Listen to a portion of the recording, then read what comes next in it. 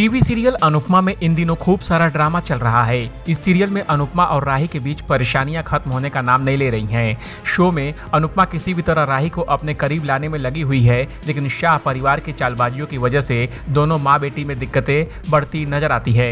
बीते एपिसोड में दिखाया गया था कि आद्या अनुपमा से अनु की रसोई में 50% की हिस्सेदारी मांग लेती है और अनुपमा हंसते हंसते अपनी बेटी की ये डिमांड पूरी भी कर देती है। अब लेटेस्ट एपिसोड में अनुपमा को आद्या से नया झटका मिलने वाला है। आइए आपको बताते हैं।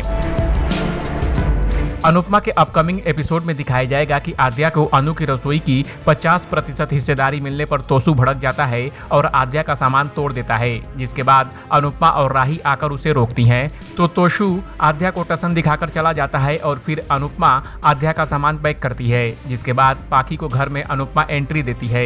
लेकिन इससे पहले पाखी आद्या से माफी भी मांगती है। बदले में आद्या पाखी को तोशु का सारा सामान बाहर फेंकने की शर्त रखती है तो पाखी ऐसा ही करती है। इसके बाद राही डिनर से पहले नया हंगामा करती है। वह अनु की रसोई के आगे अपना नाम लगाती है और नया बोर्ड बनाती है। यह देखकर शाह परिवार के लोगों के पैरों तले जमीन खिसक जाती है, लेकिन अनुपमा नए बोर्ड की आरती उतारती है।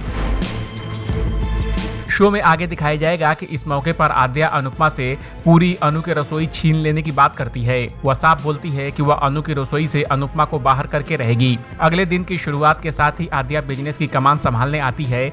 वह रसोई की सभी औरतों से बात करती है और तोशु से अकाउंट्स की फाइल मांगती है।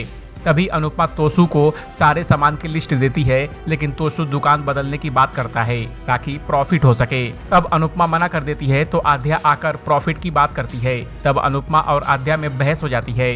अनुपमा साफ बोलती है कि उसके होते हुए क्वालिटी में कभी भी कॉम्प्रोमाइज नहीं होगा।